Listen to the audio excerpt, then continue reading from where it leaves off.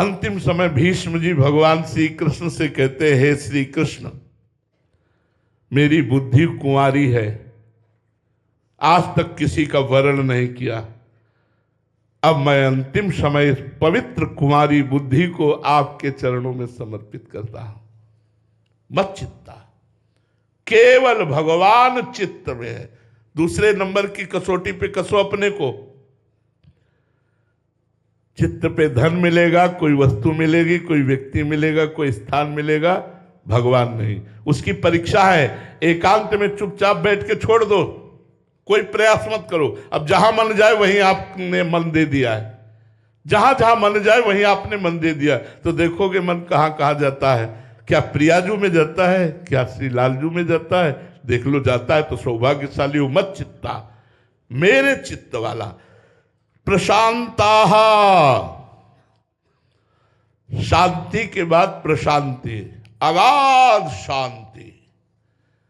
चाहे कोई मान करे या अपमान, निंदा करे या स्तुति, तिरस्कार करे या नमस्कार, प्रतिकूलता पे प्रतिकूलता, कभी अशांति ना आने पावे। प्रशांत आत्मा। महात्मा कौन? जो अनपेक्षा, मच्चित्ता और प्रशांता। प्रशांत माने अगाध शांति। अगाध शांति, बिल्कुल शांत समुद्र, किसी भी तरह हलचल हो ही नहीं सकती। अब ऐसे महात्माओं में जैसे श्री एकनाथ जी महाराज, तुकाराम जी महाराज, श्री ठाकुर हरिदास जी महाराज, बड़े बड़े महापुरुष हुए। कमी नहीं रही। ये भारत देश है, ये जितने लक्षण लिखे हैं सब लक्षण वाले महात्मा हमारे भारत देश में थे, हैं और रहेंगे।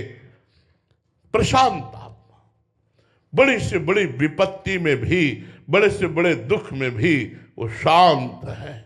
उनका चित्त अशांत नहीं हुआ, वो उद्विग्न नहीं हुए। और समदर्शिना, सब में भगवान को देखते हैं। कुछ लोग अंगुली उठाने लगते हैं कि ये समदर्शी नहीं है। तो एक बात समझ लो, यहां समवर्तिना नहीं कह रहे हैं, समदर्शिना कह रहे हैं।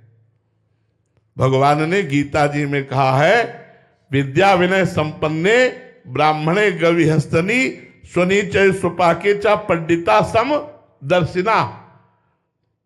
कुतिया में और गाय में, हाथी में, चांडाल में, विवेक संपन्न सदाचार संपन्न ब्राह्मण में, चांडाल में एक ही भाव रखना है कि मेरा परब्रह्म परमात्मा है। लेकिन व्यवहार एक जैसा नहीं हो सकता। दर्शन करने की बात कही गई, समदर्शिना, ना कि समवर्तिना। समवर्तिना जो करता है वो मूर्ख है। जैसे अपनी बेटी और अपनी पत्नी, अपनी बहन और अपनी मां, ये चारों स्त्री स्वरूप हैं। चारों में ब्रह्म दर्शन करना, लेकिन बर्ताव अलग अलग होगा। अगर व्यवहार एक जैसा तो मूर्ख पापी है। व्यवहार एक जैसा नहीं होगा, दर्शन एक जैसा होगा, व्यवहार अलग अलग होगा, वही विवेक संपन्न माना जाता है। तो महात्मा कौन? कह रहे संसार से मुक्त होना चाहते हो तो महात्माओं की शरण में जाओ। बोले अनपेक्षा, किसी की अपेक्षा नहीं, भगवान में चित्त देने वाला, किसी भी द्वंद्व से अशांत ना होने वाला, और सब में एकमात्र भगवान का दर्शन करने वाला, और निर्ममा, किसी से ममता नहीं। सबसे प्रेम है लेकिन ममता किसी से नहीं। अद्वेष्टा सर्वभूतानां मैत्रा करुण एवच निर्ममो निरहंकारा। वह बड़ा सुंदर प्रसंग। अब ये आध्यात्मिक है। ममता रहित, किसी से ममता नहीं, जगत में किसी से ममता नहीं। सबकी ममता ताग बटोरी, मम पद मन बांध बटोरी। ममता रहित और निरहंकारा, अहंकार रहित। और बोले निष्परिग्रहा, किंचन मात्र कुछ भी अपने लिए नहीं है, अपरिग्रही। कह रहे किंचन मात्र, ना शारीरिक ना मानसिक, किसी भी तरह का कोई परिग्रह नहीं। मेरा वो है, मेरा ये है, कोई भी परिग्रह नहीं, भगवान के सिवा मेरा, अगर ऐसे संतों का संग हो जाए तो इस मलिन शरीर से राग मिट जाए, और राग मिट जाए तो भगवान से मिलन की इच्छा जागृत हो जाए। भगवान से मिलन की इच्छा ही समस्त इच्छाओं का समन करके, भवबंधन का नाश करके मोक्ष प्रदान कर देते हैं। ध्येयम सदा परिभवग्नमभीष्ट दोहम तीर्थास्पदम शिवविरंचनुतम शरण्यम भृत्यार्तिहम प्रणतपाल भवाब्दिपोतम वंदे महापुरुष ते चरणारविंदम। सबसे बड़े महापुरुष भगवान है। भगवान की शरण ले लो और उनसे प्रार्थना करो कि हमें संत का दर्शन और संत का मिलन करा दो। तो जब द्रोही दीन दयालु राघो तो साधु संगति पाइए, वो कृपा करेंगे तो संतों का मिलन करवा देंगे। ऐसे संत अपने हैं, बीच में है संत, हम पहचान नहीं सकते, क्योंकि ये बाहरी लक्षण नहीं है, ये सब अंदर के लक्षण हैं। भगवान ने कृपा करके ऐसे संतों का, हमारे गुरुदेव मूर्तिमान समस्त लक्षणों से युक्त है। आप लोग एक भी लक्षण बताइए, मूर्तिमान इन लक्षणों के स्वरूप है हमारे गुरुदेव। अपरिग्रही, प्रशांत आत्मा और मत चित्ता, निरंतर श्री जी में लगे रहते हैं।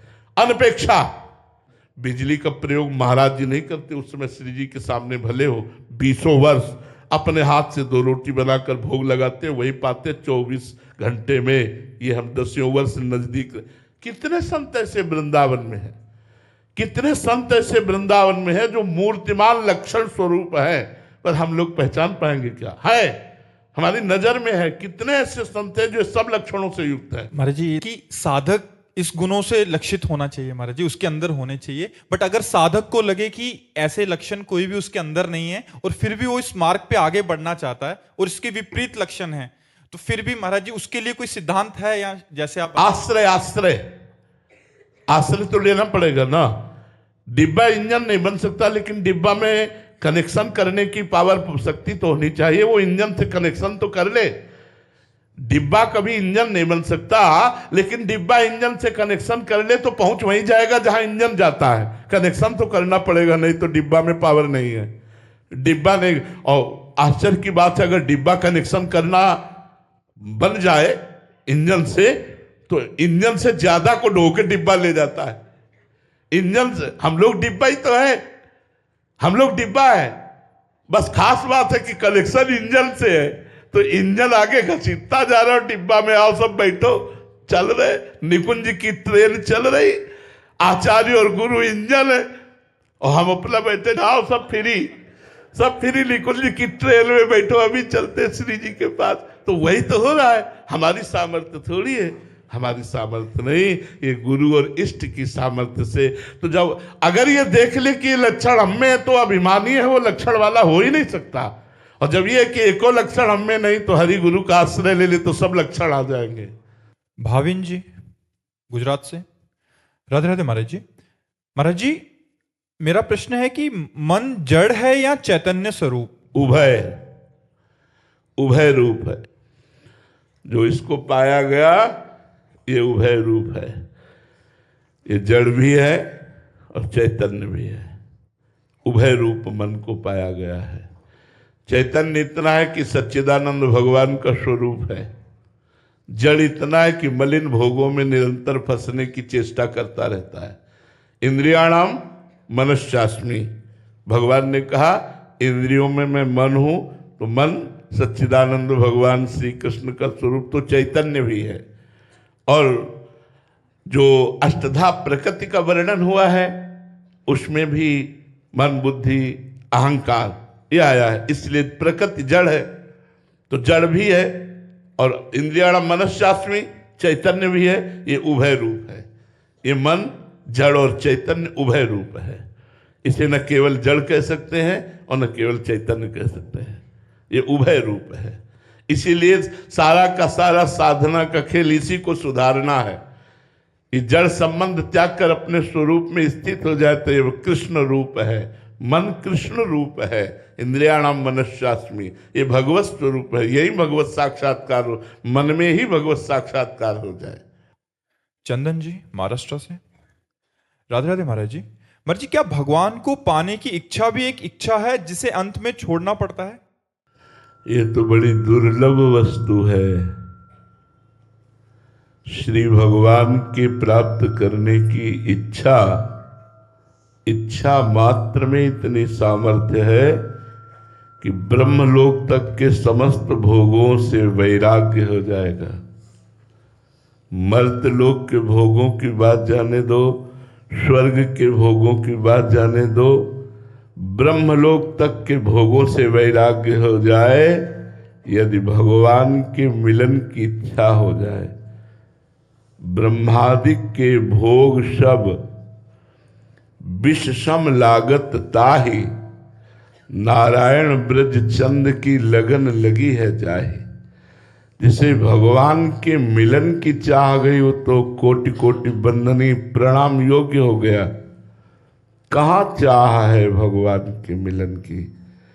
जब भगवत मिलन की चाह हो जाती है तो नहीं खान पान ते ही भावे है, नहीं कोमल वसन सुहावे है, सब विषय लगे ते खारा है, हरि आशिक का मग न्यारा है।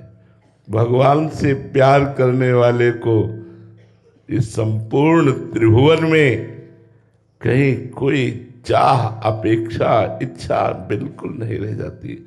वो महापुरुष हो जाता है जिसके हृदय में भगवान से मिलन की चाह हुई। कहाँ है भगवान के मिलन की चाह?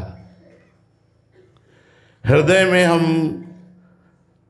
कहीं न कहीं किसी व्यक्ति, वस्तु, स्थान का आश्रय लिए हुए हैं। इंद्रियां किसी भोगों में लगी हुई हैं। मन भोग चिंतन, भोग संसार के सुख का चिंतन, संसार के संबंध का चिंतन। कहाँ भगवान के मिलन की चाह? जब भगवान के मिलन की इच्छा होती है तो सिर्फ रोना ही रोना रह जाता है। रुदु सुश्रम राजन कृष्ण दर्शन लालसा, कृष्ण दर्शन लालसा। जिसके अंदर भगवत दर्शन की लालसा पैदा हो गई तो रुदु सुश्रम राजन, उच्च स्वर से रोना था, हा कृष्ण, हा कमल लोचन, कब मिलोगे? हा देव, हा दया निधान, मैं साधनहीन आपको कैसे प्राप्त कर पाऊं? हर समय भगवत मिलन की इच्छा उसके समस्त संस्कारों को भस्म करके इस स्थूल सूक्ष्म कारण तीनों शरीरों के राग को भस्म करके उसे दिव्य भाव देह वाला बना देती है भगवत मिलन की इच्छा। और वो भगवान से मिलकर सदा सदा के लिए इस संसार चक्र से मुक्त हो जाता है। तो भैया ये इच्छा तो बहुत बड़े भाग्यशालियों को प्राप्त होती है कि मैं भगवान से मिलना चाहता हूं। अंदर की बात, जबान से तो अभी कितने हाथ उठा देंगे। भगवान से मिलने की इच्छा, हृदय की बात कहता हूं। अभी आप भगवान का कितना महत्व रखते हैं खुद परीक्षा करके देख लीजिए। बहुत कमजोर हृदय है। जब किसी भी परिस्थिति में त्रिभुवन की राज्य लक्ष्मी देने पर भी आधे पल के लिए भी भगवान का विस्मरण न हो, तदर्पिता अखिलाचारिता तद्विस्मरणेन परम व्याकुलतेति, समस्त आचरण केवल श्री कृष्ण प्रसन्नता के लिए हर समय भगवान के स्मरण में तन्मय, थोड़ा भी विस्मरण होने पर हाय हाय मच जाए, तब समझना चाहिए कि भगवान के मिलन की चाह जागृत हो रही है। जब कुछ अच्छा न लगे, अभी हम जो कह रहे हैं इस पर ध्यान दीजिए, चंद रुपए भगवान के विस्मरण करा देंगे। अच्छा भोजन भगवान का विस्मरण करा देगा। एक व्यक्ति जिससे हमारी थोड़ी भी प्रीता, उसके मिलन से भगवान की विस्मृति हो जाएगी। एक सुंदर रूप संसार वाला आ जाए तो वो हमारी भगवत विस्मृति हो जाएगी।